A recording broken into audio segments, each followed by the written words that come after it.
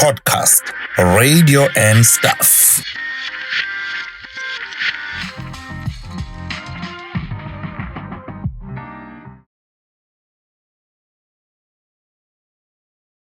Today is a dream come true for both Ntokozo and I because we are sitting with our radio icon, someone that we've looked up to for many, many years.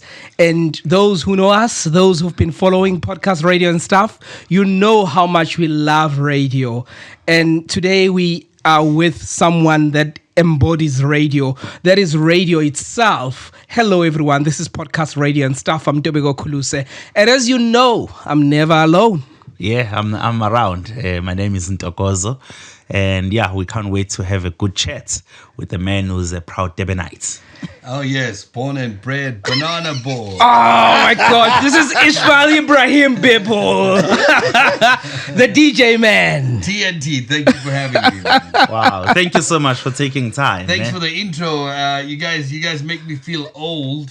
Yeah. But at the same time, humbled. Yeah. At the intro. And at the same time, like, wow. Okay. I'm getting flowers. Yeah. No, we've always loved your radio. I remember both of us were at a community radio level around 2008. And I think at that time you were with Gagasi FM. Yes. So we would listen, make notes, and come to our own radio shows. Yeah, that time it just changed from P4 radio to Gagasi FM. Yes. Yeah, there was that transition. Yes, it was a very interesting transition when it came to the radio landscape of KZN. You know, and a lot of things happened behind closed doors. Yeah. That influenced that decision. Because it was P4. Yes. When it started, it was P4 Jazz Radio. Remember Yes. that? All right. That, Yes. right? And then it took a dip. And there was another change where they changed the license agreement for the jazz and went more RnB, RnB, slow jam. RnB and more commercialized. Okay. And that's when I jumped on then. And I remember that's when they brought Ernest Pillay. Okay.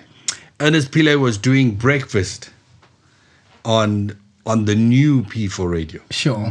So from the jazz it was, I'm not sure the complete lineup there, but I was still on retail radio, Mr. Price. And then when it changed to be more commercial, it was Ernest Pillay that was the program manager and the breakfast host. Okay. And he came from Kaya Okay. after just launching Kaya FM. All right. In Johannesburg, and then he came down to do that. And then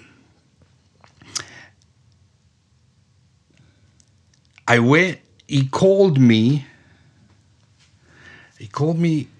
on a weekend. I think I was doing a gig. And he called me and he's like, "Yo, it's Ernest Pillay." I was like, "Oh, okay." Yeah. I can imagine. Yes, Mr. Pillay. He's like, "Come see me Wednesday." Where? P4. All right, cool. I went in Wednesday afternoonish, and when I walked in, he says like, "Hey, there's your contract, bro. Wow. Are you serious? Welcome to P4 Radio." And I'm like, "But you haven't heard me. What's the story?" And I go, "No, I was walking around Mr. Price for a couple of weeks, and I've been listening to you." Wow. Because I was on Mr. Price, Red Cap Radio. Yes. I was like, "Oh, okay, cool." So hence I always say, radio, no matter the time channel, no matter what show you're doing, you never know who's listening. Yes. You 100% never know who's listening. Like now, once we wrap up with this and we send it out there, You never know Who's watching? Even, and it amazes me. It amazes me, and it also, I want to use a good word until I find a good word that doesn't belittle what they're doing at the moment, but I'll find the word.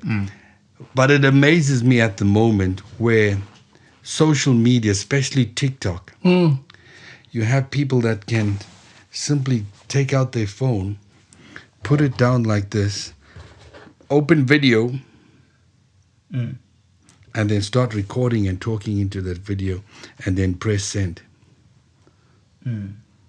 Amazing. And it reaches millions. It amazes me. And then you've got the live, where people just open the phone, put the phone down, press live, and then sit like this. Hello, welcome to my live. Yeah. And then people start trickling in. Yeah, and then I just don't get the point of it. Because you on the other side, you're scrolling. And there's T here now. Hello, welcome to my live. Okay? Yeah. Come on. Yeah. I'm sitting in a... Yeah. You sitting and watching a screen, I'm sitting and watching you watching a screen. Yeah.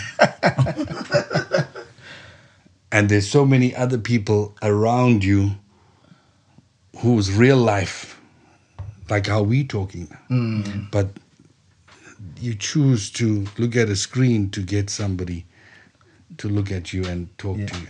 Yeah. Yeah. So, Yeah. Ernest called me. Okay.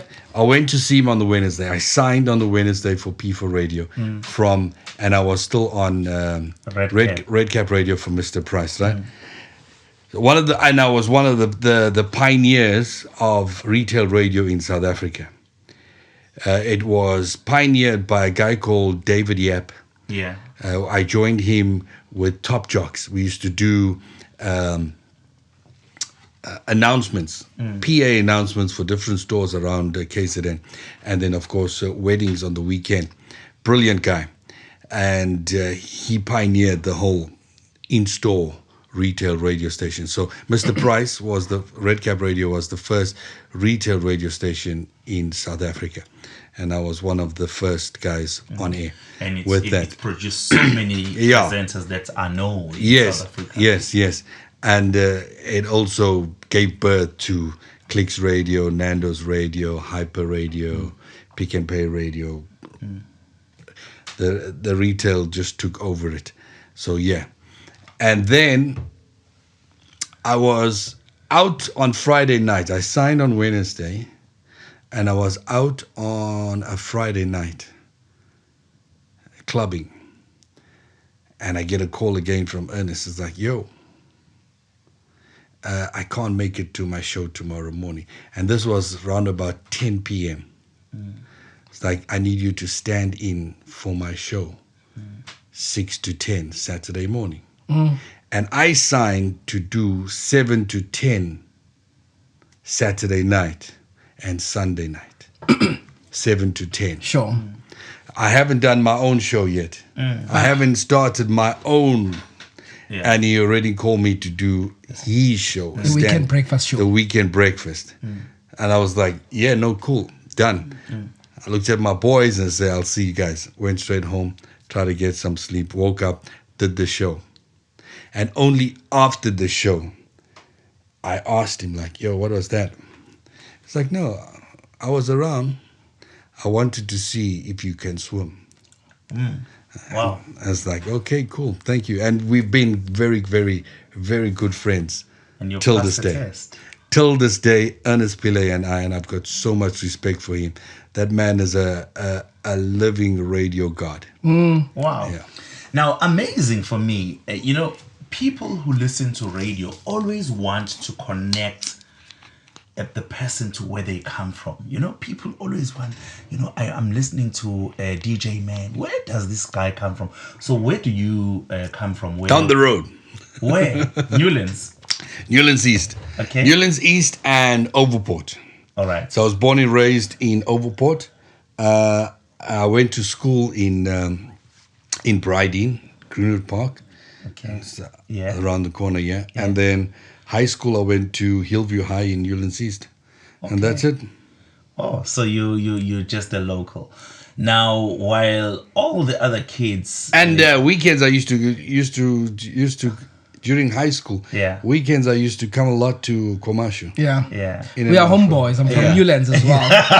yeah, you Well, got Newlands it. West. Yeah, homeboys. Now, while all the other kids, you are from a colored community, and one of the stereotype that we would have is that you are handy people. You know, you do a lot of trade. Yes, you know. yes, So yes. while most of your community members were being carpenters, plumbers, Welders. welders, you know, Majority of you them- know, majority motor of- mechanics, and then you are Nine- playing music. in front of your 90%, DJ. 90% of my DJ friends I grew up with and DJ'd with here in KZN, in Durban.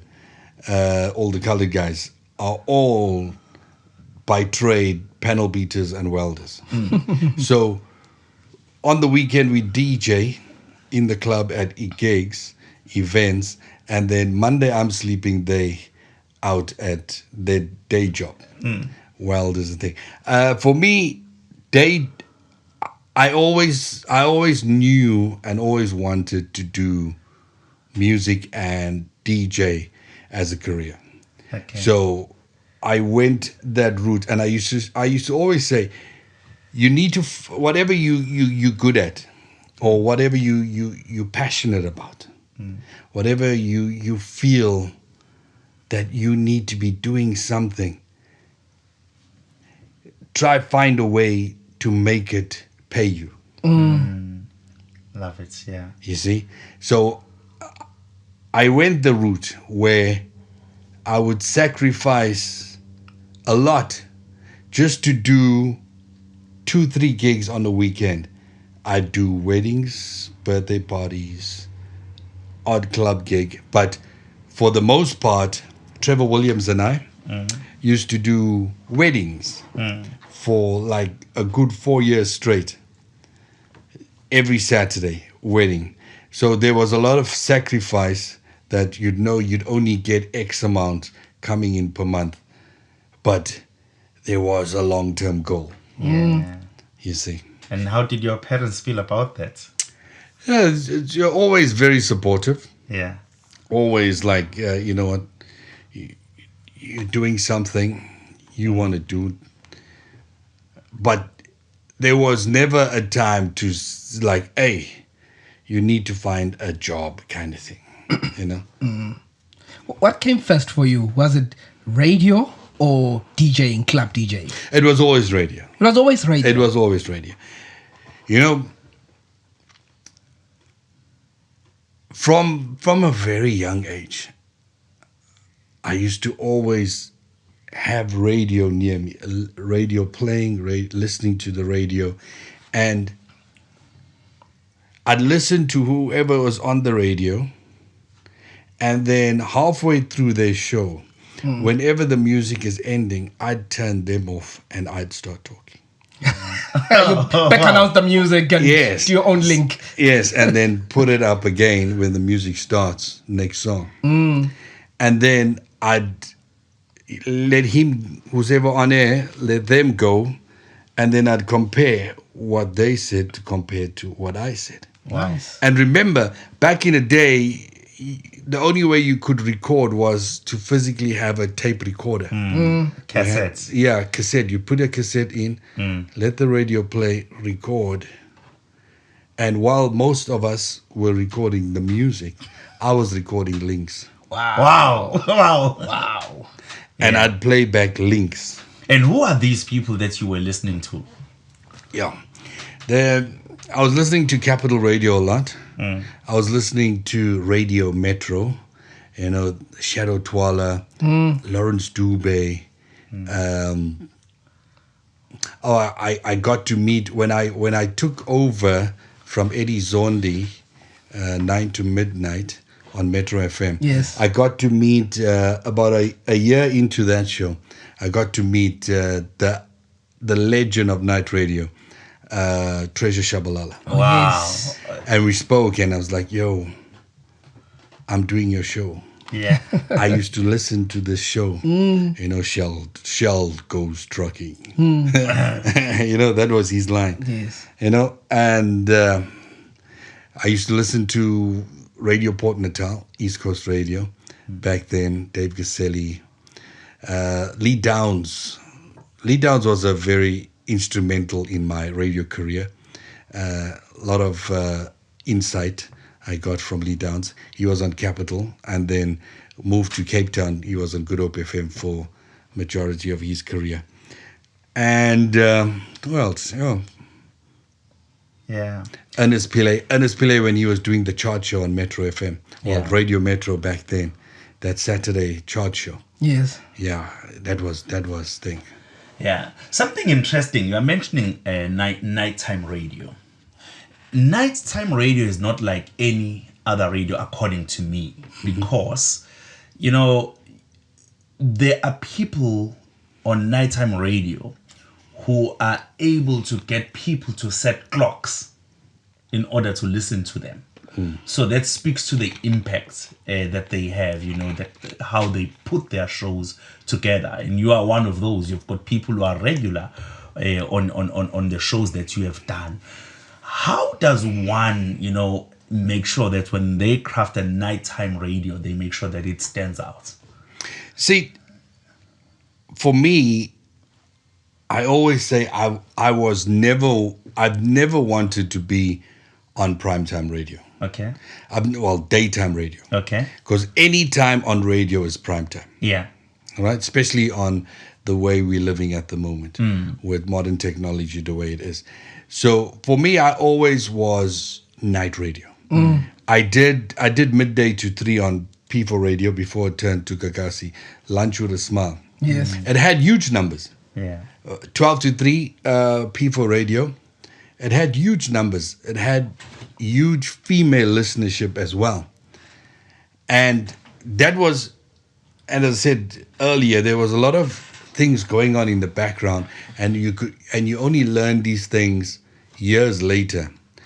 I was doing 12 to 3 on P4 radio, Monday to Friday, midday to 3, Lunch with a Smile. Yes, I remember the show. Right. And 2 years doing it, East Coast Radio gave me a call. Okay. Right? And it's like, yo, let's talk. And then we were talking, and I agreed in conversation to move to East Coast to do night radio. Right? Okay. It was 9 to midnight. Right? And this was, I think, So it the was, same one that was done by Trevor Williams. yes. Yeah. Yeah. I think, and then I was I think this was 2005, 2006, somewhere there. Right. And then I get back to P4 radio, and I tell the head of programming for the group that, hey, listen, I got an offer. I'm bouncing. And he goes, no, we need you here. Stay. Right? And no, what's the offer? And then, don't worry. There and then signed, I'll match it, you stay, and we'll give you an extension too. All right. Okay, cool. And I went back and it's like, yo, and then it burnt a bridge with those guys. Because when I went back and I was like, yo, I could see they weren't impressed. Yeah. Until this day, won't mention names, the guy was, yeah. Anyway, the head of programming that moment was Bob Mabena. Okay. The head of programming for the group. Yes. Oh, okay. That P4 belonged to. Yes. Okay. And we had and that's where Bob and I met years ago. So, and then when they changed, then a year later they changed from P4 to Gagasi, Yes. which was now 90% Zulu Yeah. and 10% English. Yeah. And then the whole lineup changed. We went off air for about 2 weeks.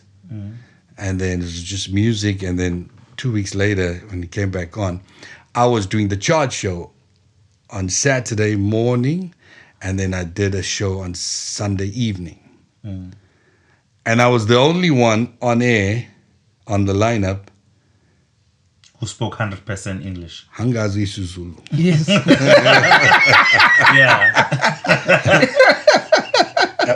But I continued. Yeah.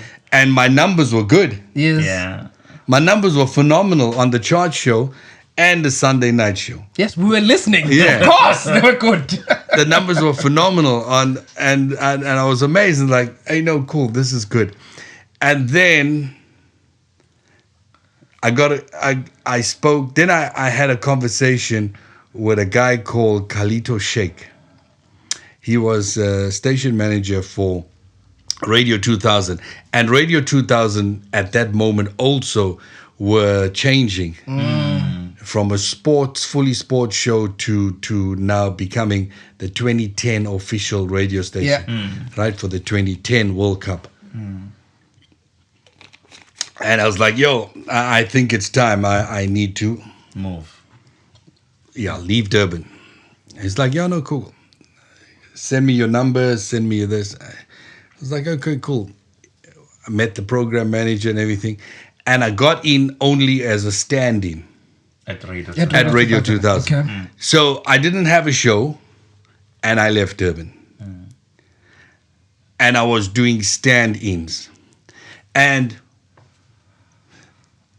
I knew Glenn because Glenn and I used to bump into each other on gigs. Okay. And at that time, when I was doing midday to 3 on Gagasi FM, I also owned a nightclub called Havana Music Lounge, right in there by the workshop, co-owner with a couple of guys. And then I used to bring a whole lot of all the boys down, you know. So while I was on Radio 2000 one night, Glenn was moving from one gig to another gig. And I always like, that is so cool. And and this was maybe 2009. And he called me. It's like, yo, that song you played. Oh, man. And I was allowed to play my own music. Okay. Saturday nights. Sure. To give that party vibe, party feel. And I was playing, It Doesn't Have to Be That Way by the Blow Monkeys, but the 12-inch version of it. And Glenn calls like, yo, that version of the song, that's the one, yes. I was like, hey, cool, man. Thanks for hey, Glenn, thanks for, oh, man, this is cool. Hence, I was always saying, like, you never know who's listening, no matter what time you're on.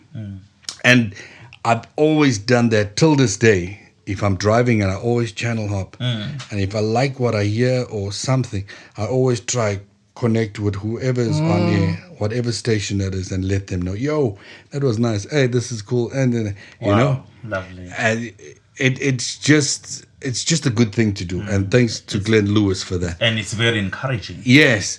And then P4 Radio, P4 Radio, before it turned to Gagasi FM, and it was going somewhere. It was becoming like a mini. It could have been a mini Metro FM in KZN.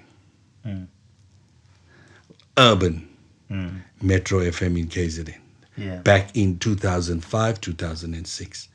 But then they changed it because it was giving a good run to other local radio stations, won't mention. And then they changed it and redirected it to leave that station alone. Okay. Oh, wait. You see? I want to make sure that I understand what you just said. Yeah. So they redirected it so it becomes 90% Zulu, Okay. right? And 10% English. 10% English, and it doesn't affect that station. And then that station still be the only urban radio station in KZN, kind of thing. So yeah, so then I moved to 2000, and 6 months on Radio 2000 as a stand-in, I get a call from Sikhali Mokhotsi. The legend. And Sikhali was listening to my show, to the show I was doing on Saturday night, where I'm jamming. I'm just playing songs I love and having a party on air. And it's like, yo, I was listening, and he was the program manager for Metro. And it's like, I can't be programs and on air on Saturday afternoon. I listen to you, and I like what you're doing. You need to take over my show. Wow. It's like, at Metro. But I just got here. I'm 6 months in. Yeah. No shop. 6 months later, Sikhali calls again, yo. And it's like, no. Okay, cool, done. I told my wife, Yeah. and my wife at the time she was like, wait, hold on. You're leaving here for one show on Metro. I was like, yes. Then I had to explain to her. Metro FM is unlike any other radio station in the country. Right? It's like the Real Madrid of radio stations. Yeah. It doesn't matter which team you're playing for. If Real Madrid calls, you gone. Even if Real Madrid calls you and you're on the bench, so long as you're part of Real Madrid, kind of thing. Yeah. So it's like, oh, okay, cool. Yeah. Do it. And that's why my wife, she's always been, number one there. It's like, okay, hey, you know your thing, you know radio, you know what you're doing, go ahead. Yeah. And I was like, once bitten, twice shy. There's not going to be a third call Yeah. to come to Metro. And I was like, yo, listen, guys, thank you so much. And Khalito Sheikh was like, I was waiting for you to come and talk to me about this, because management knows things already. Yeah. You know? These are colleagues. Yes. Yeah. So he's like, nah, I was waiting for you to talk. And it's like, okay, cool. No, go. Yeah. Because he's also a radio god. Yeah. Yeah. Khalito Sheikh knows radio. And he's like, no, carry on. Yeah. He knows. It's like, yeah, I know. Yeah, it's like, and yeah, that was it. And then I joined Metro. I did the Saturday afternoon, what Sikhali used to do. And that was that, mid-tempo show vibe. And it was beautiful. And then a year later, I started doing 9 to midday, Saturday mornings. And that was phenomenal, because and those numbers were good. And then I started doing Sunday 6 to 9 as well. And then I think it was 3 years or 4 years in, I got 9 to midnight. And I did 9 to midnight on Metro FM for 7 years. Wow. Almost a decade.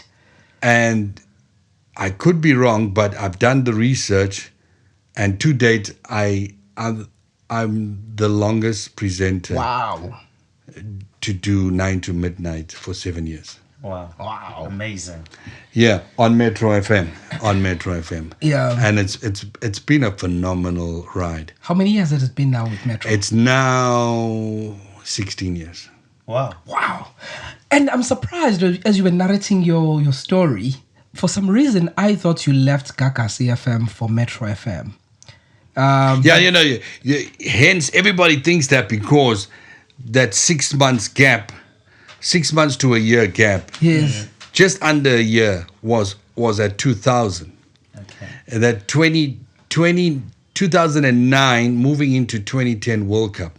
I even went and did World Cup promos. I went to the stadiums on behalf of Radio 2000, all getting ready for 2010 kickoff, and then to be at the games and broadcast for 2000. Yeah. And then I joined Metro 2010. Yeah, we recently hosted a former programs manager of Radio 2000, Bongi Kumbi. All right. Yeah, so she narrated exactly what was the vision for Radio 2000, being the official radio station to broadcast everything to do with the 2010 World Cup, feeding all the other radio stations. Yes. And so on. Yeah. I'm interested in what motivated you to leave Gagasi based on what you said. Did the language issue have anything to do with that? Had absolutely nothing to do with language. It was just that moment where you feel, oh, I'm done,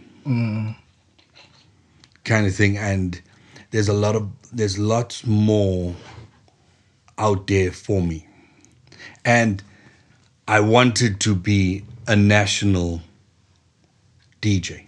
Sure. And at the moment, the word the word that gets used a lot on me to describe me via certain management is, oh no, you're a national asset. Because you bring in the right mix of numbers. Sure.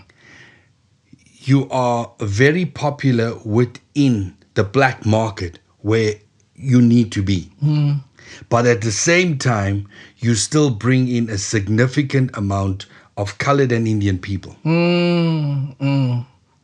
Unlike where you'd say, okay, you bring in a lot of colored people and Indian people and then a bit of a black.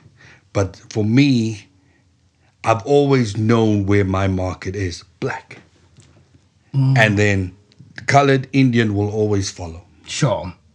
Like at the moment too, if you look at events and gigs, 99% of the time, I'm the only one on the flyer, on the gig. Who's colored? Yeah, kind of thing, And all the gigs I go to, all the gigs I do, is all where my market is, who I talk to on a daily basis. Yeah. And you... Because, when you say that, because I'm a firm believer, whatever happens on air needs to live off air. Yeah. Whatever lives off air needs to come live on air. Because the way media's changed at the moment, gone are the days where you're on air, you create this persona, this person, and then off air, it's a completely different person. You know what I'm saying? Yeah. Because back in the day, you'd listen to radio, you'd be in love with this person, and then you don't even know you're standing next to the person shopping. Because the person is just... Yeah. Yeah. I want us to go into radio. We're going to talk about radio, the state of radio. But before we get there, just to agree with what you are saying, that your target is black, and I know that you've got a gig here in Guamashu just now, and I've always seen that you play. We invite some people to come to our podcast, and then when we tell them that we record in Guamashu, they'll be like, "Oh, my car!" And so true, eh? Yeah, a lot of people. Yes. Black people mostly, but we didn't get that from you, Ismail. But that's not where I am. I wanted to ask you a question around on what you said, the change of P4 to Gagasi FM and the sound. Because you mentioned that the way that it was sounding before, it was taking the direction of Metro FM. I take it you were not happy with the direction that Gagasi decided to take instead No, of not at all. maintaining what it Not at all. was. Not at all. The change was sold on the premise that they're gonna have a KZN YFM kind of thing. Oh, okay. So, you know, Yeah. and that was it. Okay. And it's like, oh, okay, that's the direction. Let's go. I enjoyed it for the year I was with them, and then I just felt like, you know, I need to move. Yeah. And what's been 16 years, going on to 17 years, 2026, I've never ever felt the need or that sense of I need to move. Wow. Gets you. Metro FM is home. Yeah, your bosses must be happy to hear that. But because you have just mentioned that, because of your long career in radio, you know, from Red Cap to Metro now, you have experienced being managed by different people, and what oftenly happens in radio is that somebody might identify a talent in Ismail and bring you in, you know, and give you a platform and you do your thing.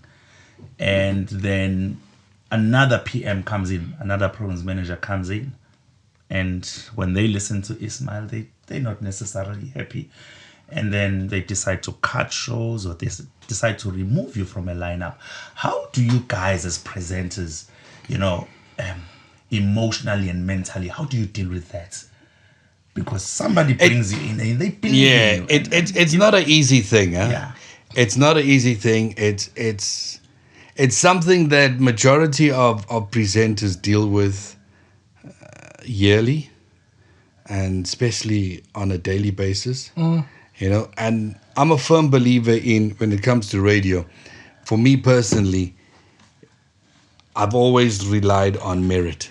You know, and yes, you get those program managers that would come in and want to change things. Then you get program managers that come in and then they still see the vision. They're there for the vision, not whether I like you or not. Yeah. You see, so that I always say, hey guys, you have to understand management to have a peace of mind. You see, because there's management new management that comes in, they know the vision, they see the vision. And whether they like you or not, you're part of the vision. Yeah. Those who take chop and change are now moving into a different vision, Yeah. their own vision. Yeah. And it's just so unfortunate because I see it happen year in and year out, you know, where different radio stations, different presenters, and it's a small industry.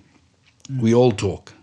We all have conversations, so all friends, you know. Yeah. And it's not a nice thing. So we just have to go with it. You know, go and hope that whoever comes in new still sees you as part of the vision of the station and not as an individual that, oh no, I don't like what he sounds like. Or I don't like that presenter. You see, because it is bigger than you and I. Yeah. You the program manager, me the presenter, because I'm not on air for my program manager. Yeah. I'm on air for listenership. Sure. And the same thing with him or her. The presenter is not on air for me. Yeah. It's for listenership. They're there to guide, Yeah. to increase listenership. Our relationship and work ethic together is to work together to come to an understanding, to increase listenership and overall station. Right? Yeah.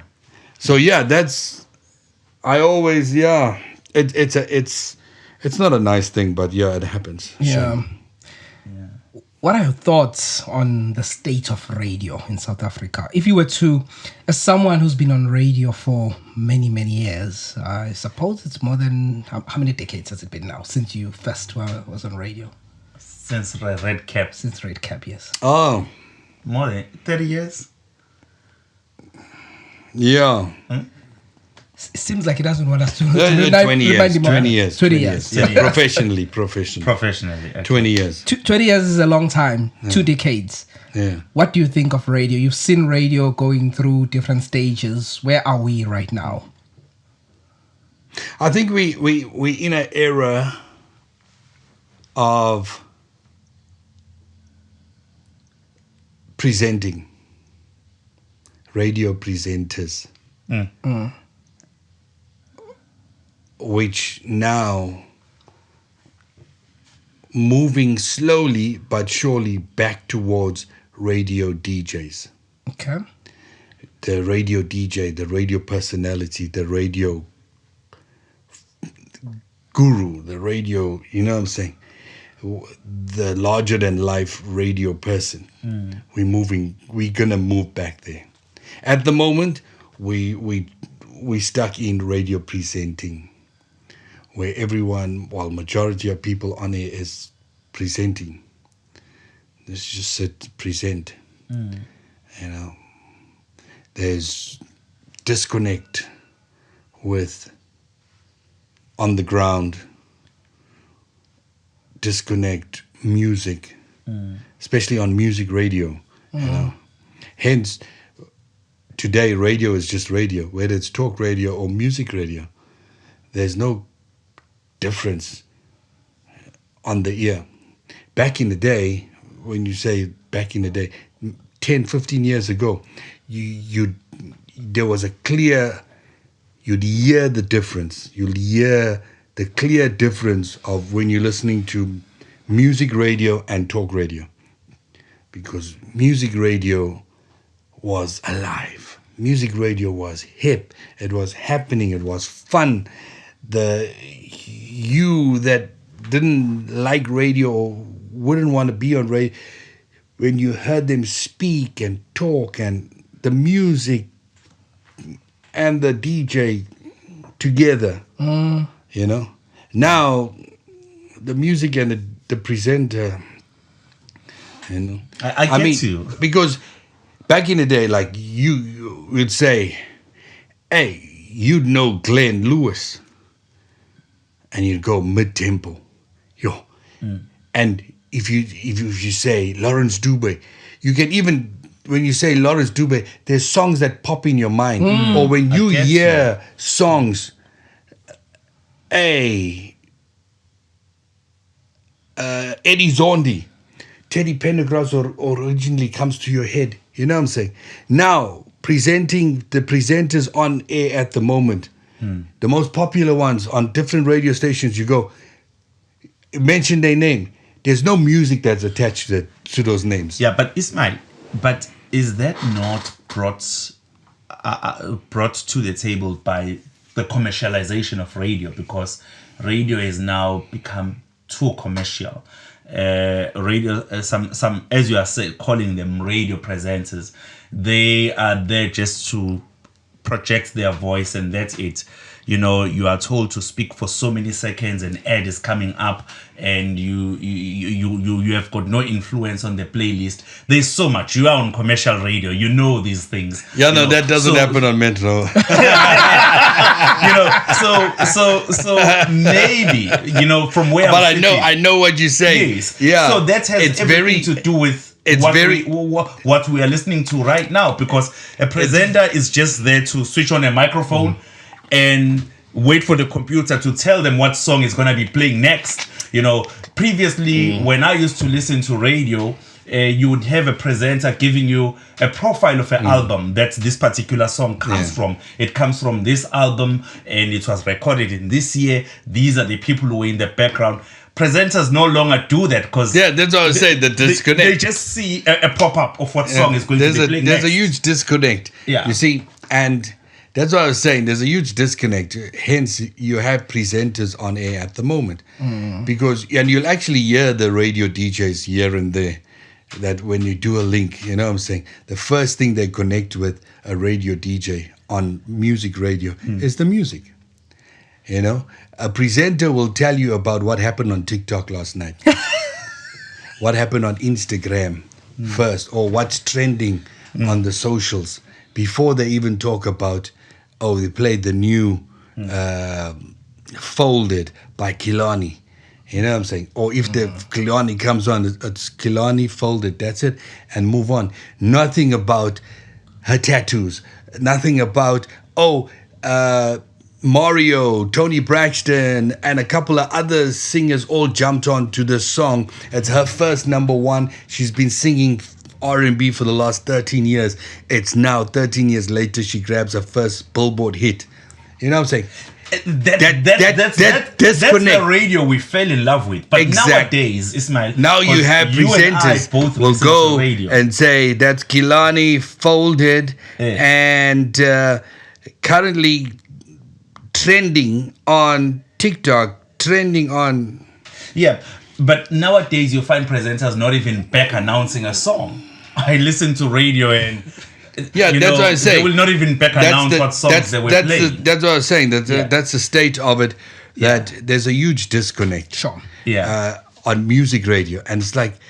And there's less music on music radio. It's like, you know... And the music that is played is just by the way. You know? There's no like songs or music that, you know? It's all safe music. Yeah. I've never had anyone distinguish to me a radio presenter and a radio DJ. I get you. I hear what you are saying, and it makes so much sense. And I can. So talk radio presenters are radio presenters because they are there to talk about news. But radio DJs, they should be telling us about the song, how it was made, where it was made, who was there, who produced the song. So it makes so much sense. That's one part of radio DJing. Okay. That's one part of it. You know, where you get your link. It's like. It's 10 after 1, blah, blah, blah, da-da-da-da. That was just Kilani, blah, Folded, blah, blah, blah, da-da-da. And then lifestyle. Yes. So TNT is trending with their podcast about radio. Did you guys check that out? You see, there's a difference on how you execute what you want to say, opposed to presenting it on TNT podcast is trending at the moment. Oh, do you guys see that trend? Yeah. Oh yeah, and then the conversation goes back and forth. Whereas a radio DJ will lead it differently to that, and then it will be no time for a conversation about it. It's like, yo, TNT podcast, Baba, YouTube, da-da-da. Yeah, when you get time, listen to it. But if you don't ever get time, don't worry, it's fine. Boom, another song is on again. Coming in, da-da-da. Oh, da-da-da-da-da. Oh, tonight, this and that, da-da-da-da-da. Yes, thing. It's Metro. But is it not the co-hosting thing? Because all shows now are co-hosted. Yeah, that too, you know. I can never speak on co-hosting. Think about it, Ismail. Yeah, I've never had a co-host. Sure. I can't remember you co-hosting. I've never had a co-host. I've never done any show I've always been solo in studio. Yeah. I love that. That was nice. Yeah. Okay. You recently updated your status. It was the 7th of December on Facebook. You said music radio. Don't fall for the social media trap. Going live on TikTok and other platforms while you are on air is a huge mistake. You are trading thousands of loyal listeners for a few hundred scrollers who aren't even tuning into your show. Focus on your audience, the radio listeners who actually care. Prioritize them, not the TikTok crowd. Exactly. That's what's happening with music radio at the moment. Hence, I said everyone and anyone can go live at the moment because of social media platforms, and that's fine. You know, you can somebody's driving home in the back of a taxi, back of a bus. All you do is open up your thing. If you have Wi-Fi on the airplane, you can even go live. I'm on an airplane and you're live. See? And now, you as a radio presenter at the moment, you see, when you off air, you're scrolling. We all scroll. You're scrolling on socials and you're seeing this. Now, when you go live on air, you're not appreciating and you're not focusing on your number one, which is I'm live on the radio. That's number one priority now. No, you're live on the radio and now you want to be live everywhere else. But not knowing that those who are tuning into your show on radio, those are radio listeners. They're listening to your show. Now you do this, and now you're focused on and the music is playing, and you're focused on People that are scrolling on TikTok, mainly, their ears and their eyes are on TikTok. They're not listening to your show. Yeah. Right? That's number one. Whereas if somebody is just scrolling on the socials, Facebook, Instagram, or wherever, X, music is playing in the background. Those are your listeners. Another huge point I always push is stop posting your radio show on the socials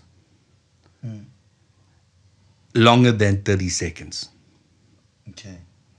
You need to do smart little things about your show, post them, but it need not be more than 30 seconds. Because what research shows, you get 1 million likes for a radio moment, 1 million likes, and then not even 1,000 listeners. It's one of the questions it's one of the points we have discussed with Ndobeko in this podcast. Radio stations are now like to go for people who are social media influencers. And we were asking ourselves a question in the studio. We were saying, do those social media influencers come with the people who follow them? No, not at all. Radio platform. There was, I think that narrative is dead in the water because there was a point, and it was just for about a year or two. It weren't even more than 3 years with social media influencers were put on air on different radio stations. But that fell very hard. You have now presenters on air. So, and remember, when it comes to social media and influencers, people on radio were initially the first influencers. Because I would tell you about the new Michael Jackson CD. You'd go buy it. Yeah. I'll tell you about the Mandoza and Kalagata song. It was made by radio. Yes, you know what I'm saying. So radio people were the first influence, and still to date, radio still stands as the number one influencer. Yeah. You know? Yeah. I think to wrap up, you are also quite passionate about soul and R&B and DJing, and you update your status a lot about it. You've got strong views around that, so I'm quite interested. What are your thoughts on the DJing scene, especially DJs that are playing R&B and soul? So you've got different types of those DJs. I was just saying to my wife the other day, because it was last week Tuesday, and she said, "Please don't post that." What was the status gonna say? I was saying to her, I was choosing music for the weekend, right? Choosing songs. I was like, "Hey, picking us," because she asked me like, "Hey, what are you doing?" Because I'm enjoying the songs, but then 2 minutes, 30 seconds, every 30 seconds you're playing something else. So, no, I'm choosing music. Say, oh, okay, because I'm wondering why. At the moment I'm just liking the song, then you're playing something else. So I was like, no, I'm compiling, I'm choosing music. I'm creating a playlist for the weekend. I've got 4 different gigs, so I'm playing on a Saturday and Sunday, and my sound needs to be different on Saturday compared to Sunday. So I'm choosing music.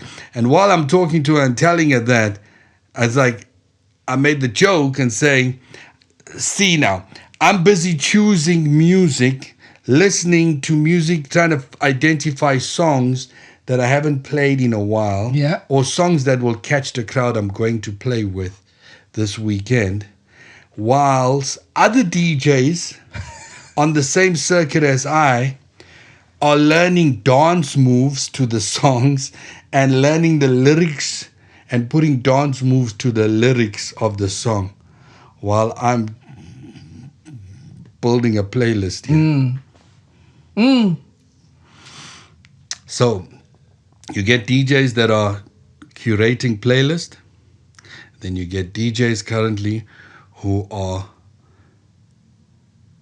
putting dance sequence to the songs. And learning the lyrics. And learning lyrics. Yeah. And you've got DJs that play songs, R&B songs from start to the end. And you've got also DJs that mix. Yeah, you see, I've had this conversation now recently with especially the newer guys coming in. And what they don't understand, the newer guys, what they don't understand is you got to understand, or maybe the audience is different too. So you have to read your crowd as well. But initially, Sunday Soul Sessions was born and bred from the radio. What we did on the radio on Sundays, we took that concept and played it out in venues. And remember, unlike any other genre of listenership, Sunday has the highest listenership on majority of radio stations in the country. So that listenership are music lovers. They know music, right?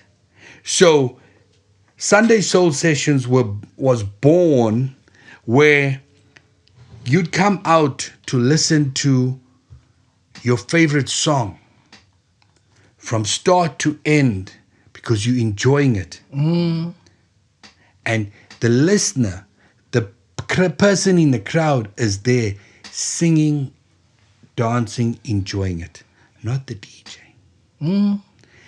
The crowd is singing, the crowd is dancing, the crowd is enjoying the music, not you. Ismail. Right. So now, that's what I was trying to explain to the younger guys. Like, hey, listen, there's no problem with you mixing songs, and it's fine. You know what I'm saying? But understand when it comes to certain songs and different genres of the soul sessions, that there are songs where you can't mix out because the crowd and whoever came to soul sessions, they love that part in the end. But you've mixed it out long time already. So annoying. And it's gone. you know, and you don't get to listen and enjoy the music like they used to. Hence, at the moment, the Sunday Soul Session crowd is on a spiral, downward spiral, because they're not getting what they used to, what they want. Yeah. And it's a much younger audience now where they just there for vibes. Yeah. They just there for chorus. When the chorus comes on, and they can only, the younger crowd can only identify a song via a chorus.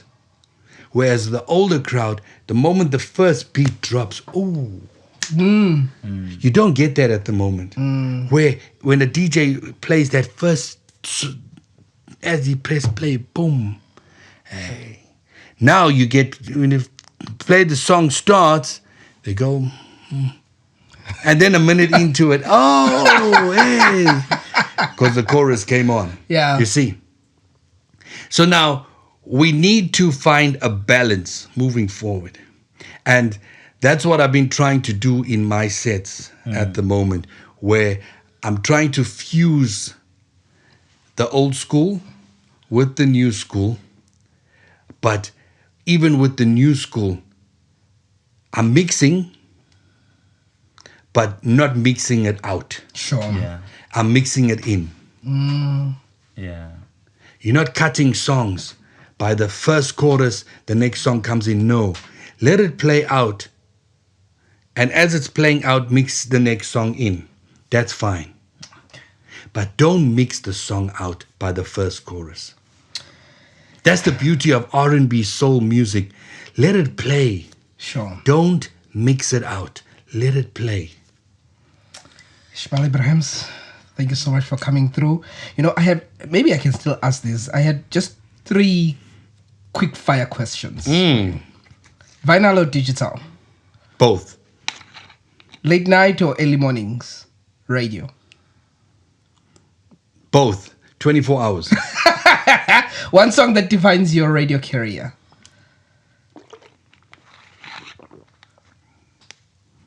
One song. Can never be one song. Just one.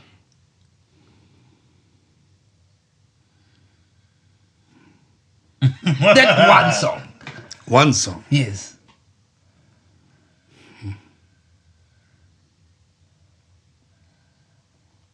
On radio, this is what they call dead air. You see, you know why that is? I get that question a lot, you know. I've always been, as a DJ, and especially on radio, when I play a song and then I select another song, and as I'm about to press play on this song, I have 5 more in my mind that maybe I should go with this one. Sure. And I always stand firm that when you're playing a song, always have 5 more that could be better than that song. Okay. Because the song you're playing shouldn't be the best at that moment. You should still, that was the best song at that moment. That moment passed on. Now I have 5 more that is better than that song. And that comes with being a DJ with music knowledge. Gotcha. We'll take that. One broadcast that you respect deeply in South Africa? All. One. Okay. No. Ismail Ibrahims, thank you so much. Thank you for having me, DJ, man. Thank you so much. Thank you. I love what you guys got going on here in KwaMashu. Thank you. All the best, man. Thank you so much. Thank we you. appreciate you coming. You have no idea what you've done for our platform. All Just right. your presence, because you are an absolute legend. Thank you. In 20 minutes, we're still on. In 20 minutes, I'll be out at Wiseman's Car Wash, 5 minutes away from here in KwaMashu. Come by, say hi, 6 p.m. set. And you're watching the podcast. It's done and dusted, the set. So the next time I'm around in KwaMashu, come by, say hi. Let's enjoy that feel-good, sexy music. Yeah. Boo, boo, boo, boo. The DJ man. Thank you.